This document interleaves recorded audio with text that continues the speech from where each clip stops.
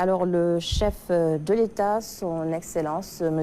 Bassirou Diomaye Diakhar Faye, a présidé ce mercredi 9 octobre 2024 la réunion hebdomadaire du Conseil des ministres au Palais de la République. À l'entame de sa communication, le président de la République s'est réjoui de la bonne tenue de la 5e édition de la journée citoyenne Setal Sunu Réew dédiée à l'école.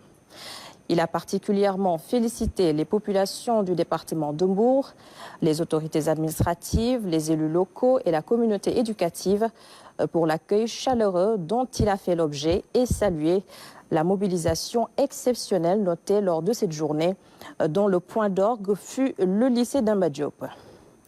Il a également félicité le ministre de l'Éducation nationale, les responsables de l'académie, le proviseur du lycée, le corps enseignant et les élèves de cet établissement scolaire de référence. Et pour clore ce chapitre, il a relevé l'engagement permanent du gouvernement à améliorer durablement le cadre de vie dans nos écoles, collèges et lycées en vue de contribuer aux conditions de réussite des élèves.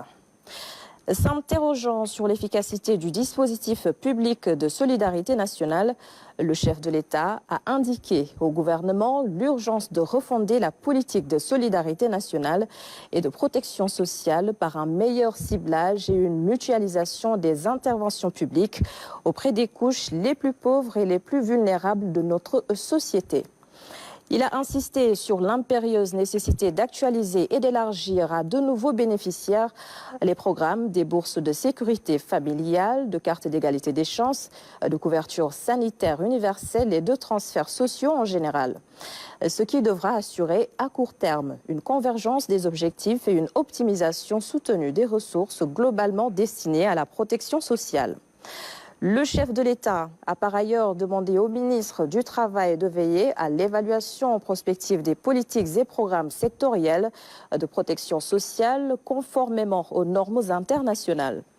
À ce titre, il a rappelé l'importance de l'actualisation régulière du registre national unique RNU, de la revue de l'application de la loi d'orientation sociale numéro 2010-15 du 6 juillet 2010 relative à la promotion et à la protection des droits des personnes handicapées, ainsi que la finalisation prochaine du Code unique de sécurité sociale devant faciliter la mutualisation des activités de la Caisse de sécurité sociale et de l'Institut de prévoyance retraite du Sénégal, IPRES. À ce sujet, il a souligné la nécessité pour le gouvernement d'engager une réflexion stratégique sur la gestion des retraites au Sénégal. Abordant la question de la nouvelle politique de gestion et d'accompagnement des Sénégalais de l'extérieur, le chef de l'État a indiqué que leur situation quotidienne doit rester une préoccupation majeure du gouvernement à travers notamment une mobilisation plus soutenue de nos missions diplomatiques et consulaires. Il a demandé au gouvernement de veiller à l'accélération des procédures pour l'obtention des documents administratifs de base, les passeports et les cartes nationales d'identité en particulier. Il a également exhorté le gouvernement à faire le suivi de la situation des étudiants sénégalais à l'étranger, le recensement systématique des compétences nationales vivant et servant à l'extérieur du Sénégal. Il a indiqué en outre la nécessité de mettre en place un nouveau dispositif d'assistance au retour et à la réinstallation des Sénégalais de l'extérieur.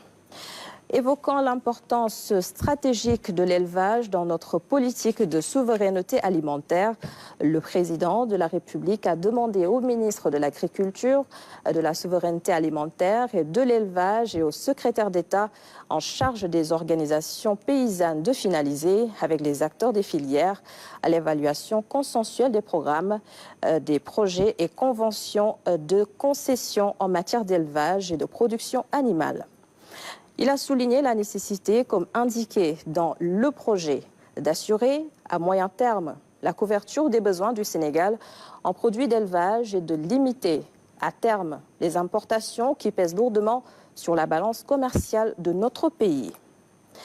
Dans sa communication, le Premier ministre a rappelé la haute priorité accordée à Monsieur le Président de la République à l'évaluation périodique de l'action gouvernementale. À cet égard, il a demandé au ministre d'élaborer l'état de mise en œuvre à fin septembre 2024 des plans d'action prioritaires de leurs départements ministériels respectifs.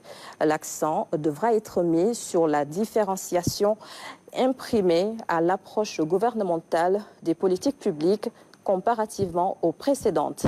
Il conviendra dans ce cadre de présenter de manière factuelle et documentée les résultats satisfaisants obtenus en si peu de temps dans différents domaines.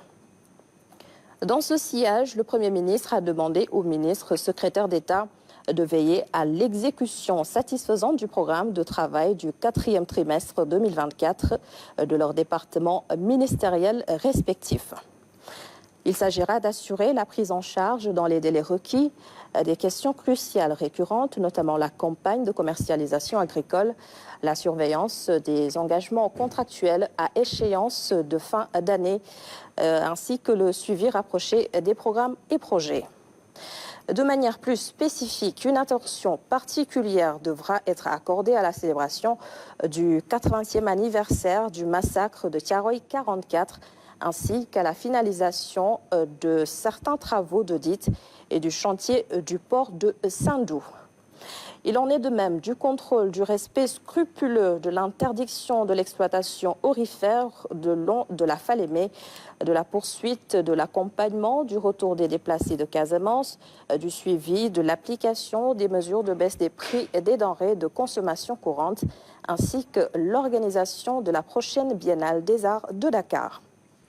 Au titre des communications des ministres. Le ministre de l'Hydraulique et de l'Assainissement a fait une communication sur la situation hebdomadaire de la gestion des inondations.